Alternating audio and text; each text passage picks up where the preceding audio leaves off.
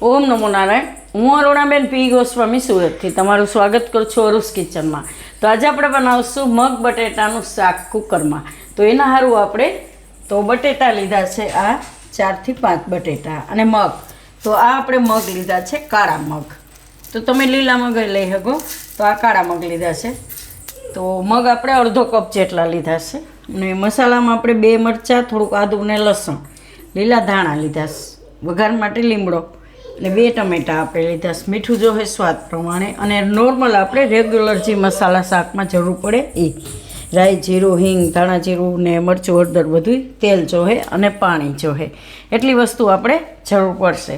તો પહેલાં આપણે આ બટેટા છે એને છાલ કાઢીને સુધારી લેવું. અને આને આપણે મરચું ખાંડી લેવું લસણવાળું.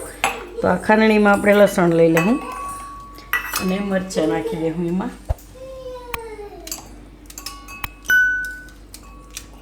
અને આદું.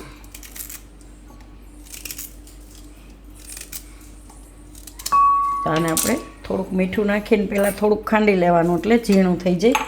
પછી એમાં લાલ મરચું નાખશું.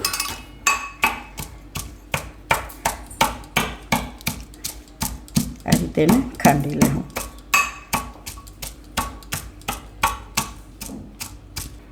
તો આને આપણે આ રીતે ઝીણું વાટી લીધું. હવે એમાં આપણે લાલ મરચું નાખી દેવું. આ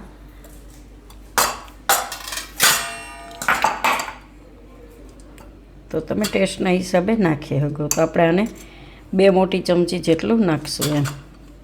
આ નાની ચમચી છે એટલે 4 વાર ભરીને નાખ્યું. આ રીતનો આપણે મસાલો તૈયાર કરવાનો. એને સાઈડમાં રાખી દેવું. બટેટાને આપણે છાલ કાઢી નાખીશ તો એને આપણે સુધારી લેવું.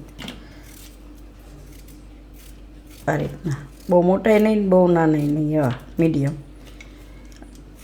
આ રીતના બધા બટેટા સુધારી લેવું. અને ટમેટાં, તો ટમેટાએ આપણે ધોઈને જ લીધા છે તો એને આપણે સુધારી લેવું.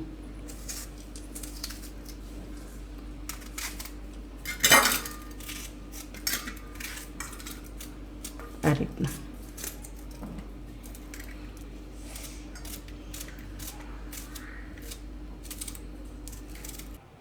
તો ટમેટાએ આપણે સુધારી લીધા છે, બટેટાએ ધોઈ નાખ્યા છે.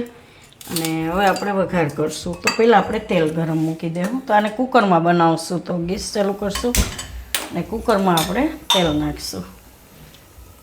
તો તેલ તમે તમારા હિસાબે નાખી શકો, જેટલું ઘરમાં ખાતા હોય એ પ્રમાણે. તો 1 મોટા ચમચા જેટલું આપણે આમાં તેલ નાખ્યું. તો તેલને ગરમ થવા દે. કેમ કે ઘણા ઓછું તેલ ખાતા હોય, ઘણા વધારે તેલ ખાતા હોય. અમારે શું છે કે ઘરમાં લગભગ કાઠિયાવાડી ગુજરાતી એ લોકોને તેલ થોડુંક વધારે હોય શાકમાં. એટલે 1 ચમચા જેટલું આપણે નાખ્યું. અને તેલ ગરમ થાય ત્યાં સુધીમાં આપણે આ જે મસાલો વાટીને રાખ્યો છે એમાં આપણે થોડુંક પાણી નાખીને મિક્સ કરી લેવું.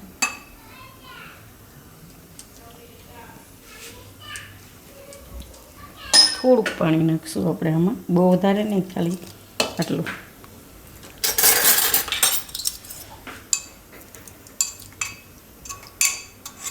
થોડુંક ઢીલું થઈ જાય એમ. આ રીતનું તૈયાર કરવાનો મસાલો. હવે એને સાઈડમાં રાખીશું. અને આ જે કાળા મગ આપણે લીધા એને આપણે ધોઈ નાખીશું. 2-3 પાણી એને ધોઈ નાખવાના.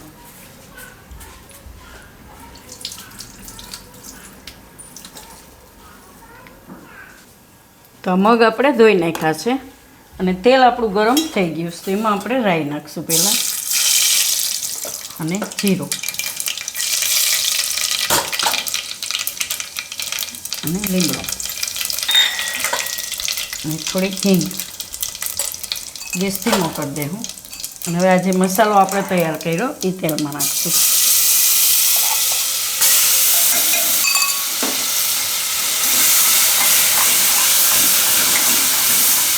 થોડીક વાર ફેરવી લેવાનું તેલમાં.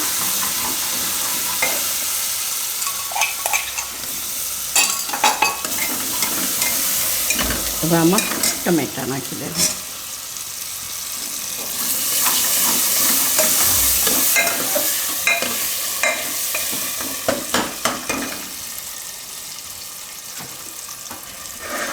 હવે વધારશું ગેસ, બીજા મસાલા નાખી દે હું. તો હળદર અને ધાણા જીરું.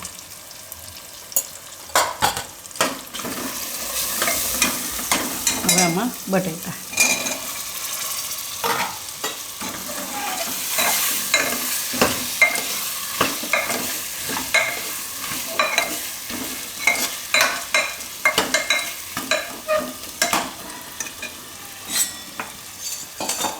અને મીઠું નાખી દે હું સ્વાદ પ્રમાણે. તો મગ ને બટેટા બે ભાગનું મીઠું જોઈએ એટલે થોડુંક વધારે જોઈએ એમ, એટલે ટેસ્ટ પ્રમાણે તમારે મીઠું નાખી દેવાનું અને મિક્સ કરી દેવાનું. હવે આમાં આપણે જે મગ છે એ લઈ લે હું ધોયેલા. કાળા મગ સરસ સ્વાદમાં સરસ લાગે છે.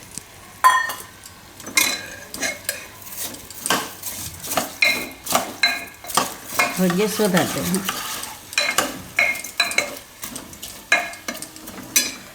થોડાક ધાણા નાખી દઉં, થોડાક ઉપરથી નાખીશું. હવે એમાં પાણી નાખી દઉં આપણે. તો પાણી આપણે આ મસાલાવાળું છે તો એમાં નાખીને નાખીશું.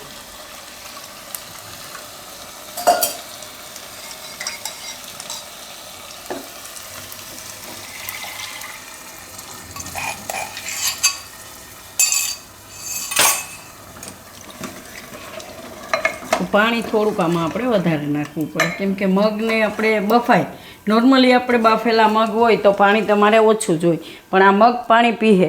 મગ બાફવા સારું આપણે પાણીની જરૂર પડે, એટલે આમાં રસો તમારે થોડોક વધારે નાખવો પડે, કેમ કે આપણે બાફા વગરનું તરત બનાવીએ છીએ. એટલે હજી એમાં આપણે નાખીશું પાણી.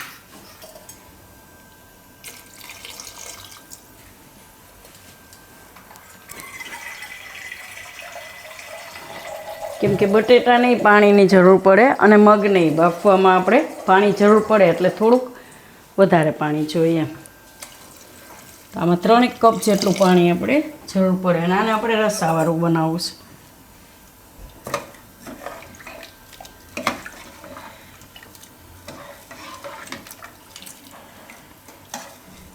હજી થોડુંક નાખશું.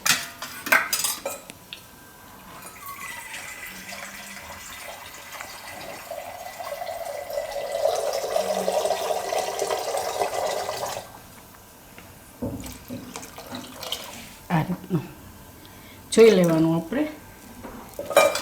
તો આમાં જોઈએ એટલે ખબર પડી જાય કેટલું પાણી આપણે નાખવાનું છે. જે રીતે ખીચડીમાં આપણે ખીચડીને મૂકીએ ને કેમ એમાં આટલું પાણી ઉપર હોવું જોઈએ 1 ઇંચ જેટલું, તો એટલું પાણી આમાં આપણે જોઈએ જ, ઓછામાં ઓછું એમ. એટલે આપણે એના કરતાં થોડુંક વધારે નાખ્યું. હવે આપણે કુકરનું ઢાંકણું બંધ કરી દઈશું અને આને થવા દઈશું. તો પહેલાં ફૂલ ગેસ રાખીને આમાં હવા ભરાય ત્યાં સુધી રાખશું ફૂલ ગેસ. પછી 5 મિનિટ ધીમા ગેસે પકાવશું અને પછી એમાં 3 થી 4 વિસલ થવા દે.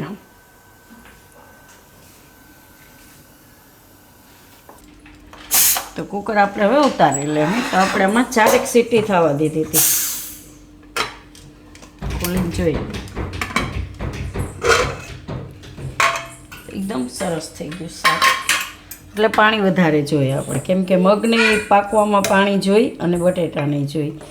એકદમ સરસ પાકી ગેસ મગઈ અને બટેટા. તો આટલો રસો જોઈએ આપણે.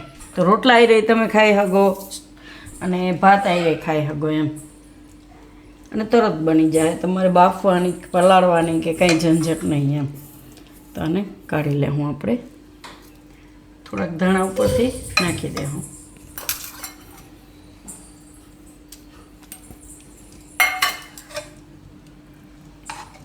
છે ને એકદમ સરસ થઈ ગયું. તો આને કાઢી લેવું આપણે હવે.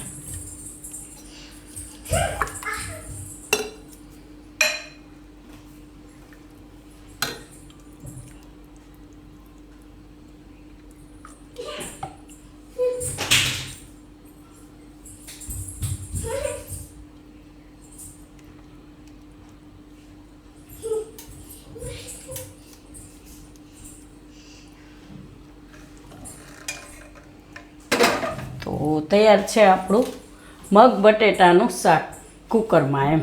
તો ઘણીવાર કેવું થતું હોય કે આપણે કંઈ કઠોળ બનાવવું હોય તો પલાળવાનું કે એમ કંઈ રહી ગયું હોય તો તમે બાફવાની જરૂર નથી, આ રીતે કુકરમાં બનાવશો તો તરત બની જાય એમ. થોડુંક આપણે એમાં પાણી વધારે નાખવું પડે એમ. તો જો તમને મારી આ રેસીપી પસંદ આવી હોય તેને લાઇક કરજો, શેર કરજો અને મારી ચેનલને સબસ્ક્રાઈબ કરજો અને બેલ આઇકન દબાવવાનું ના ભૂલતા. કમેન્ટ કરીને કહેજો કે તમને કેવું લાગ્યું આ મગ બટેટાનું શાક કુકરમાં.